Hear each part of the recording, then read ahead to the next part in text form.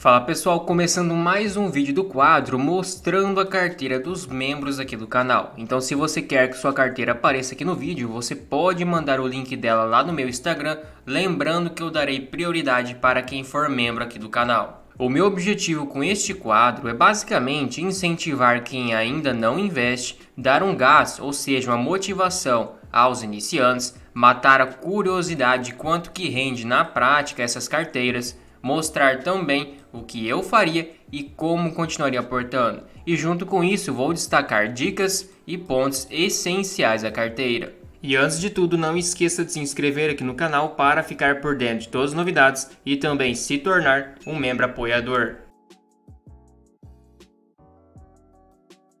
Então a primeira carteira é do inscrito e também membro aqui do canal, Clayton. Ele tem 38 anos e ele trabalha como zelador de clube. E ele faz aportes por volta de R$ 250 por mês, com foco em montar a sua carteira para a aposentadoria.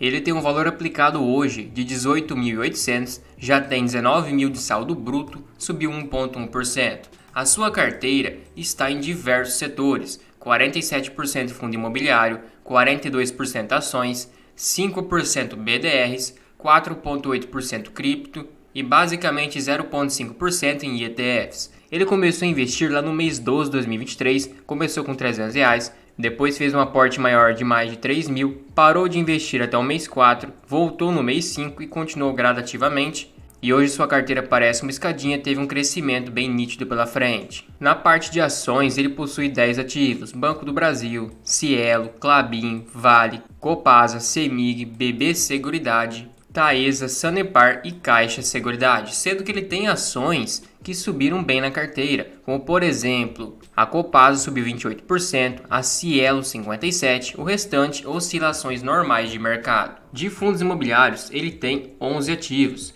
e de fato está arrastando sua média para baixo, está com uma variação negativa de 4%. O que mais caiu foi o Vino 11, 20%, então foi uma queda muito acentuada para um fundo imobiliário, o restante em patamares normais. Ele tem desde fundos híbridos, ou seja, de papéis e de tijolos, como também lajes corporativas, fundos de papéis, de shoppings, então está em diversos segmentos também. Para criptomoedas, ele tem basicamente duas criptos. Ele tem a Litecoin, mas praticamente um valor muito baixo, R$350, caiu 10%, e tem Bitcoin também, que caiu 3%, também uma parte pequena da sua carteira. Está exposto a ativos de risco de uma maneira menor na sua carteira para evitar oscilações muito grandes e assumir menos risco. Então o Bitcoin ele acabou comprando perto do topo a 320 mil. De ETFs ele tem basicamente o da Nubank, focado em dividendos, acabou subindo 13% já. E na questão de BDRs, ele tem a Coca-Cola, Bank of America, a Apple e a Nike. As três primeiras ações subiram bem, a Apple já subiu mais de 40% e a Nike acabou caindo, mas no geral 16% de ganho de capital. E os seus dividendos anuais ficaram da seguinte forma: em 2023 ele recebeu R$ 623, em 2024 já são R$ 922 e tem R$ 19 provisionados para 2025. E de forma mensal tivemos um nítido crescimento, chegou a receber mais de R$ 170 no mês 5. Então uma carteira que tem um foco em dividendos, não só pelas ações previdenciárias, mas também pelos fundos imobiliários. E se pegarmos 18.819 e subtrair do que ele recebeu de dividendos, então o que saiu do seu bolso foi 17.253 e o seu saldo bruto de 19.146 dividido por 17.253, teríamos mais ou menos 10%, quase 11% de valorização. A sua rentabilidade desde o início da carteira está mostrando negativo porque teve ativos, mesmo que não seja uma porcentagem muito alta da sua carteira, que acabou caindo bastante. Mas se mudarmos para ações, aí sua rentabilidade já acabou ganhando do CDI, que foi 7,9%, e você teve quase 10% de rentabilidade. Então como que eu continuaria aportando nesta carteira previdenciária? Então, como você falou que está focando em criar uma carteira para viver de renda, se aposentar, e você faz um aporte um pouco menor de R$ 250, eu focaria em alguns ativos que têm um potencial de valorização a mais ou então estejam muito baratos, gerando uma assimetria. Por exemplo, a Vale não é para você segurar a vida inteira, mas quando o ciclo do minério de ferro entrar em alta novamente, aí você faz a venda quando estiver no topo, colhe um ótimo dividendo e investe em outra ação previdenciária que esteja atrativa. e na sua carteira as ações que ainda estariam baratas, ao meu ver, seria Banco do Brasil, BB Seguridade, CEMIG, Copasa e Sanepar. A Copasa e a CEMIG não têm ainda tanta margem, mas de certa forma, a meu ver, ainda caberia o aporte. Agora a Klabin tem um crescimento mais lento, a Cielo já se valorizou bastante, é uma empresa que proporcionou uma ótima valorização com essa revitalização, essa retomada da empresa. E eu enxergo a Cielo como uma oportunidade não para manter a vida inteira na carteira, mas sim para fazer a venda e investir em ações previdenciárias. Então essa seria minha estratégia, buscar oportunidades, small caps que têm um ótimo potencial pela frente e depois focar em ações previdenciárias. Claro, quando tem assimetrias em ações previdenciárias, pode dar um excelente retorno porque você consegue um yield on cost muito alto e a valorização também. Mas agora, ações previdenciárias que estão, entre aspas, no preço justo, estão bem precificadas, aí fica complicado para quem investe pouco conseguir montar uma carteira robusta no longo prazo, que é o exemplo hoje de Caixa Seguridade, Taesa e Klabin. Para fundos imobiliários, o seu foco de fato é dividendos, então não buscaria valorização, principalmente investiria em fundos de papéis abaixo do valor patrimonial, fundos de tijolos só se tivesse excelentes imóveis com potencial de valorização acima dos demais. Também procuraria fundos com baixas vacâncias, baixas taxas de administração principalmente e obviamente com um ótimo portfólio em sua gestão. Então de fato temos excelentes fundos ainda, como por exemplo o fundo da Quineia no seu valor patrimonial, HGLG acabou subindo um pouquinho, temos o VISC11, o KNCR11, mas acabou ficando acima do valor patrimonial e fundos de papéis fica complicado comprar acima.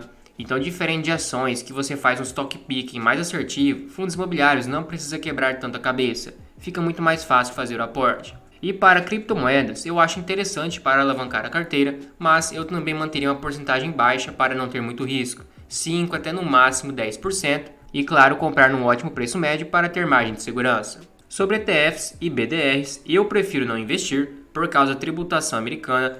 Lá de fato não tem isenção até 20 mil em vendas, ainda mais que você tem um patrimônio pequeno, vai acabar pagando muito imposto, então fica a seu critério, mas eu prefiro focar em ativos brasileiros que estão bem baratos e estão muito mal precificados, diferente da bolsa americana. Mas é uma carteira que está entrando nos trilhos, mantendo aporte, comprando o que está barato e tendo consistência, certamente no longo prazo terá uma carteira muito forte para dividendos. Agora outra carteira é da inscrita e também membra Maria. Ela comentou que tem 53 anos, ela trabalha atualmente como professora e a principal meta da sua carteira é ter uma aposentadoria, ou seja, viver dos seus investimentos. Ela faz aportes mensais de R$1.000. E ela destacou algumas informações e observações. Tem meses que ela não consegue investir R$1.000, investe menos, não é R$1.000 fixo de aporte. Ela pretende viver de dividendos, não sabe se está no caminho certo, por colocar alguns ativos de crescimento para aumentar o patrimônio no longo prazo.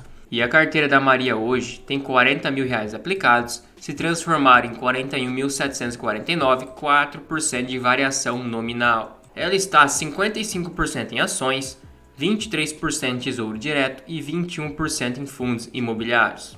Ela começou a investir lá em 2021, então sua carteira foi crescendo como se fosse uma escadinha, ela foi fazendo aportes constantes. Então manteve a disciplina todo esse tempo. E no momento ela possui 12 ativos, tem Banco do Brasil, Sanepar, Irani, Itaúsa, CEMIG, tem Cosan, Taesa, Bradesco, Indústrias Home, JHSF, Caixa Seguridade e Banco Paine. Agora para fundos imobiliários ela possui 9 ativos, desde fundos híbridos, fundos logísticos, fundos de shoppings e também fundos de papéis. KNCR11, HGLG, o VGIR, KISU11, MXRF11, então tem bons fundos imobiliários. E para Tesouro Direto, ela possui 6 ativos, então fez diversas aplicações, desde um Tesouro Selic, Tesouro IPCA, Tesouro Prefixado, outro IPCA bem mais longo, outro prefixado porém com vencimento mais curto e novamente Tesouro Selic com o final 2029. Eu creio que seja sua reserva de oportunidade,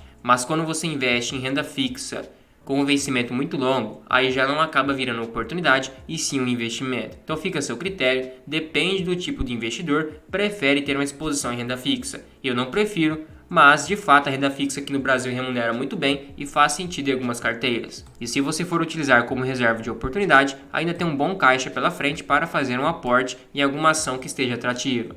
E em questão de dividendos, tivemos uma crescente visível. Começou 2021 com R$20, 2022 com 458, 2023 com 897, 2024 já saltou para 1.440 e 2025 já temos provisionados R$ 76. De forma mensal, ela recebeu um recorde agora no mês 6 de 2024 com mais de R$ 470.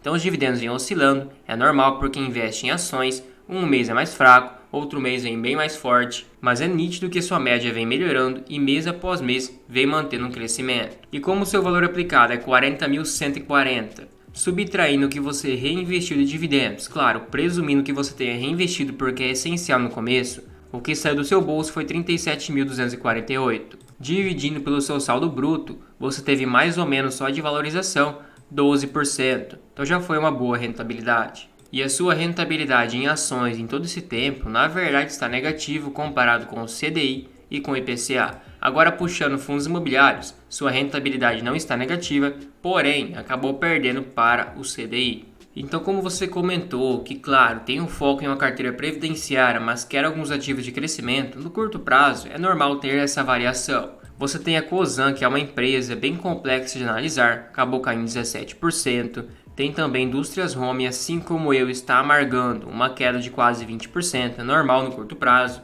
Ao meu ver, é uma excelente empresa. Tem também JHSF, uma empresa no ramo imobiliário, então também é cíclica, é uma empresa mais volátil. E acabou também comprando o Banco Paine, que é um banco menor, é um banco que tem por volta de 1 bilhão de valor de mercado, então tem um crescimento maior pela frente. Mas como você já tem 12 ativos, eu não adicionaria mais nenhum outro. Você está em diversos segmentos. No setor bancário tem o Banco do Brasil, o Bradesco e o Banco Paine. No setor de seguros tem Caixa Seguridade, Indústrias Home no setor de indústrias, JHSF no setor imobiliário, Taesa e CEMIG no setor de energia elétrica, Cosan, que atua desde o setor do agronegócio até mesmo em lubrificantes. Tem também Irani no ramo de papéis e embalagens e por fim Sanepar no ramo de saneamento. Então você está nos mais diversos setores. Agora o momento é hora de rebalancear a carteira e focar no que está mais barato. Ao meu ver, hoje tem ações menos complexas do que a Cosan que estão mais atrativas. Então eu focaria o aporte principalmente no Bradesco,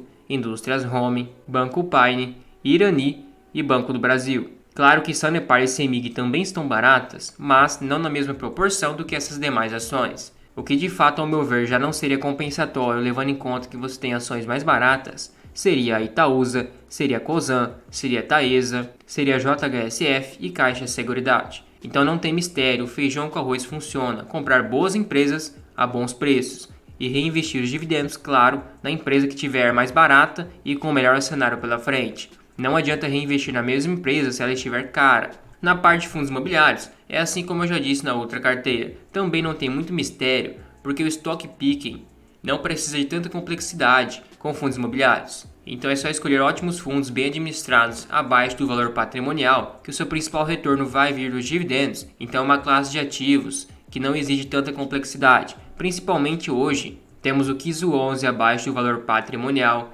temos o GARI 11 e o HCML 11. Aí fica a seu critério identificar como estão as taxas de administração, porque se tiver taxa muito alta, no longo prazo a diferença será enorme. Agora no curto prazo talvez você não perceba a diferença. Então é uma carteira que tem muitos ativos. O ideal é montar uma boa posição em poucos ativos e depois aumentar posição em outros ativos para ir rebalanceando. Então eu focaria principalmente para dar uma solidez a mais nas ações previdenciárias que estivessem baratas, intercalando um aporte com alguma ação small cap, uma ação de crescimento, para não ficar tão desproporcional e a carteira ficar muito arriscada. Mas de certa forma, se manter a consistência e deixar o longo prazo agir a seu favor, chegará no seu objetivo, já que 3 anos de bolsa ainda é curto prazo e precisamos ver daqui 15 e 20 anos como que vai estar as empresas. Também não se esqueça de se tornar um membro apoiador aqui no canal, você recebe selos de fidelidade para te diferenciar nos comentários, tem prioridade de resposta,